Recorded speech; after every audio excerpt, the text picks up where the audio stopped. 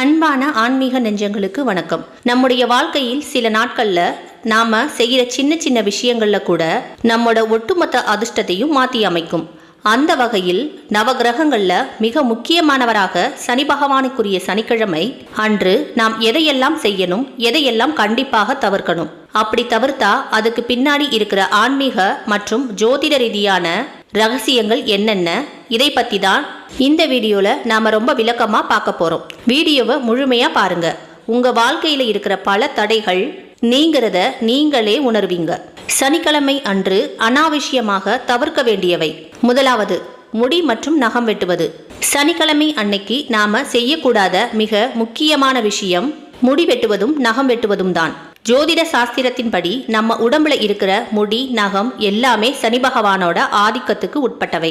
சனிக்கிழமை அன்னைக்கு சனி பகவானோட ஆற்றல் பூமியில ரொம்ப அதிகமா இருக்கும். அந்த நாள்ல அவருக்குரிய இந்த அங்கங்களை நாம வெட்டி சிதைக்கும் போது அது நம்ம ஜாதகத்துல சனியோட எதிர்மறை தாக்கத்தை அதிகமாக்கிடும். இதனால தேவையில்லாத மந்த நிலை, காரிய தடைகள் ஏற்படும். அது மட்டும் இல்லாம இது நம்ம ஆயுளை குறைச்சு வீட்டுல தரித்திரத்தை, அதாவது வறுமையை உண்டாக்கும்னு ஆன்மீக நூல்கள் எச்சரிக்குது. இரண்டாவது, இரும்பு மற்றும் எண்ணெய் பொருட்கள் வாங்குவது.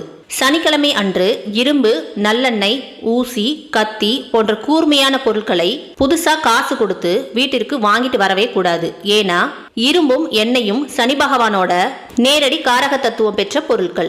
சனிக்கிழமை அன்னைக்கு இவற்றை மற்றவங்களுக்கு நாம தானமா வேணா கொடுக்கலாமே தவிர நாம காசு கொடுத்து வீட்டுக்கு கொண்டு வரக்கூடாது.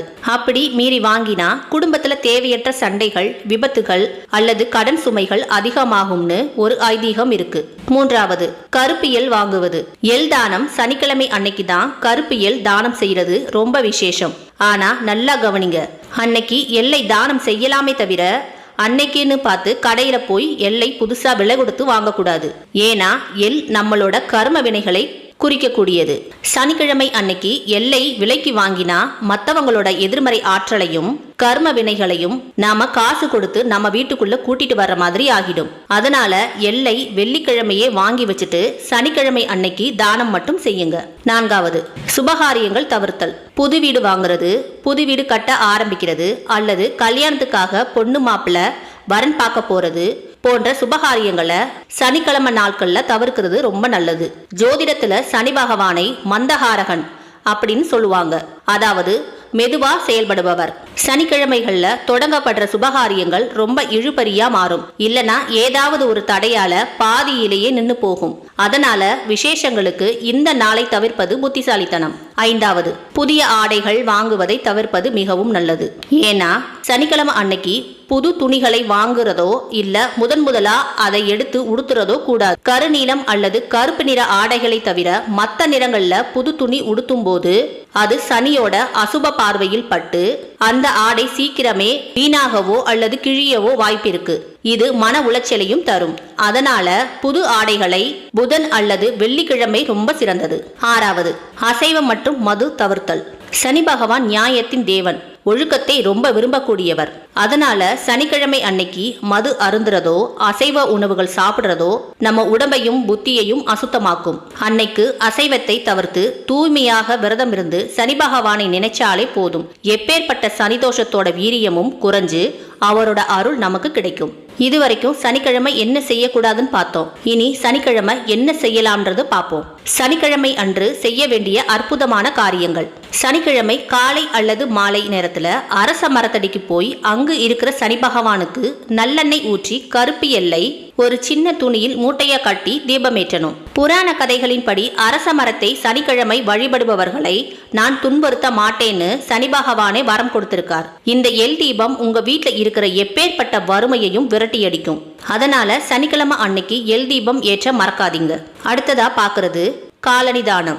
மனித உடம்புல பாதங்கள் தான் சனியோட ஆதிக்கத்துக்கு உட்பட்ட இடம். அதனால சனிக்கிழமை அன்னைக்கு காலணி, அதாவது செருப்பு இல்லாமல் கஷ்டப்படுற ஏழை எளியவர்களுக்கு அல்லது முதியவர்களுக்கோ புதிய காலணிகளை வாங்கி தானமா கொடுத்தீங்கன்னா உங்களை பிடிச்சிருக்கிற பாத சனி விலகும். உங்களோட கர்ம வினைகள் குறைஞ்சு தொழில்ல நல்ல முன்னேற்றம் கிடைக்கும்.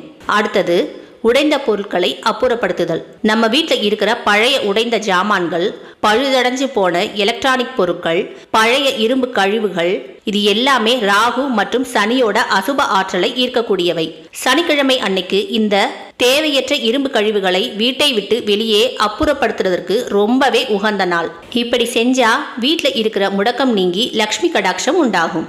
கடைசியா ஒரு முக்கியமான ரகசியம். புது காரியங்களுக்கு சனிக்கிழமை நல்ல நாளா இல்லாட்டியும் பழைய பொருட்களுக்கு சனி பகவான் தான் அதிபதி. அதனால் நீங்க ஒரு பழைய வீட்டையோ செகண்ட் ஹேண்ட் வாகனத்தையோ அல்லது பழைய நிலத்தையோ வாங்கணும்னு நினைச்சா அதை சனிக்கிழமை அன்னைக்கு தாராளமா வாங்கலாம். அது உங்களுக்கு பெரிய லாபத்தையும் நீண்டகால நிலைத்தன்மையையும் கொடுக்கும். இப்ப நான் சொன்ன இந்த ஆன்மீக வழிகளை உங்க வாழ்க்கையிலையும் கடைபிடிச்சு பாருங்க. கண்டிப்பா ஒரு நல்ல மாற்றம் தெரியும். இந்த தகவல் உங்களுக்கு பயனுள்ளதா இருந்தா நம்ம சேனலை சப்ஸ்கிரைப் பண்ணிக்கோங்க.